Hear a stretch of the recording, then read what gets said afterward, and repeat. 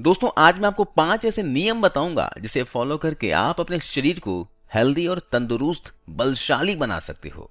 अगर आप रोजाना जिम करते हो, वर्कआउट करते हो और अपने शरीर को बलशाली बनाना चाहते हो तो ये नियम आप जरूर फॉलो करना। जिन्होंने भी इन नियमों को अपनाकर अपनी बॉडी बनाई, उनकी बॉडी प्योर और बलशाली बॉडी बनी है और बहुत तेजी से बनी है।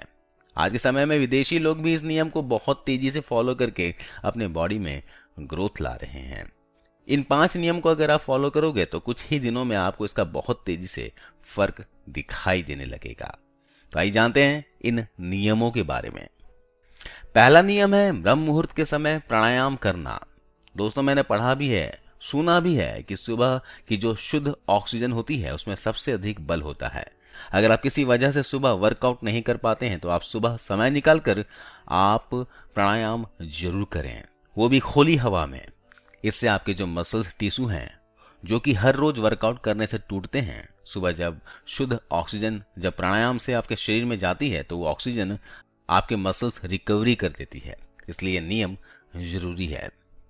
दूसरा नियम, सोशल मीडिया, मोबाइल, टीवी इन सब पर पूरा दिन एक्टिव कभी मत रहना, क्योंकि ऐसा करने से शरीर की जो एनर्जी है वो बचेगी और बॉडी को बनाने में लगेगी।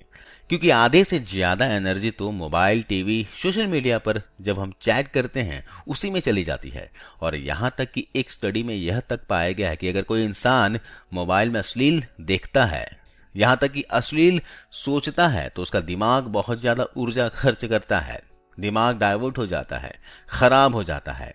और जिन लोगों का दिमाग डाइवर्ट रहेगा उसकी बॉडी कैसी बनेगी, खुद सोचो। तीसरा नियम, शुद्ध शाकाहारी देसी भोजन। शुद्ध शाकाहारी से बनाई गई जो बॉडी होती है ना, बेशक आप रनिंग भी ना करो तब भी आपके शरीर में स्टैमिना और स्ट्रेंथ रहेगा। आपकी बॉडी साफ सुथरी होगी, कहीं नहीं जाएगी मसल्स, ना ही कम होगी। बेशक आप जिम छोड़ दो फिर भी फालतू की चर्बी आपकी बॉडी पर नहीं आएगी। लेकिन ये जो नॉनवेज से बॉडी बनाते हैं ना, जब इसका वर्कआउट छूट जाता है तो बॉडी का पूरा बुरा हाल हो जाता है। चौथा नियम, तेल की मालिश करना। दोस्तों अगर आप वर्कआउट करते हो, जिम करते हो तो आप अपने मसल्स को रिलैक्स करो, क्योंकि हर रोज शारीरिक ताकत लगाने से मसल्स टाइट हो जाती है, सिकुड़ जाती है। तो इसलिए छोटी से बड़ी मसल्स को आप मालिश करके, और सबसे अच्छा तरीका है वर्कआउट से पहले सरसों के तेल में 1 चम्मच देशी घी डालकर पूरे बॉडी पर, पूरे शरीर पर मालिश करें। इससे आपकी बॉडी में ग्रेस भी बना रहेगा और आपकी बॉडी एक्टिवेट भी हो जाएगी। वर्कआउट करने के लिए बॉडी को एक मैसेज भी मिल जाता है कि अब वर्कआउट करना है। बॉडी गर्म हो जाती है और इससे बहुत से फायदे हो जाते हैं। इंजरी नहीं आती, पेन नहीं होता, इसलिए इस नियम को जरूर अपनाएं। 5वां नियम सबसे इंपॉर्टेंट है, वीर्य की रक्षा। यह बहुत ही महत्वपूर्ण नियम है। इससे शरीर में स्टैमिना बढ़ता है, मसल्स बढ़ता है, मांस बढ़ता है, हमारे शरीर की अच्छे से ग्रोथ होती है। क्योंकि हमारी बॉडी के सभी अंगों को इंप्रूव और ग्रोथ करने वाला, सुंदर बनाने वाला जो हार्मोन होता है उसको वीर्य की एनर्जी ही बढ़ाती है। इसलिए इसको समझो और वीर्य की रक्षा करो। अगला नियम है कुंभक प्राणायाम। कुंभक ऐसी प्राचीन विद्या है जो शरीर का बल बढ़ाती है। इसके बिना कभी भी वर्कआउट, जिम, दंड बैठक कुछ नहीं लगाना चाहिए। इसके बिना अगर कोई वर्कआउट करता है तो बहुत बड़ा नुकसान होता है। अगर कुंभक के बिना कोई वर्कआउट करता है, दंड लगाता है, तो 30 से 40 साल के बाद उसकी सांसें फूलने लगती है, घुटना दर्द होने लगता है, शरीर में अकड़न होने लगती है। कहने का मतलब यह है कि बुढ़ापे में बहुत सारी तकलीफ उठानी पड़ती है। हमारे भारत देश में जितने भी योग हैं सबके अंदर कुंभक है।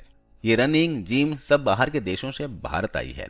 अब ये जो जूते पहनकर रनिंग लगाई जाती है, ये सब पहले भारत में कोई नहीं लगाता था। प्राचीन भारत में तो सब लोग योग अभ्यास, दंड बैठक ये सब ज्यादा किया करते थे। और जितने भी रनर हुए हैं उन सब के घुटने 35 से 40 की उम्र तक जवाब दे जाती है। लेकिन हमारे देश में योग के बहुत सारे नियम होते हैं, विद्याएं होती हैं। इसलिए जिस व्यायाम में कुंभक का प्रयोग हो वो सबसे अच्छा है। जिम में कुंभक का इस्तेमाल हो सकता है, इसलिए कुंभक जरूर करें। कुंभक के बारे में आपको नहीं पता हो तो आप सर्च करके देख सकते हैं, आपको पता हो जाएगा। देखिए, किसी भी प्रकार के प्राणायाम को करते वक्त 3 क्रिया करते हैं, रेचक, पूरक और कुंभक।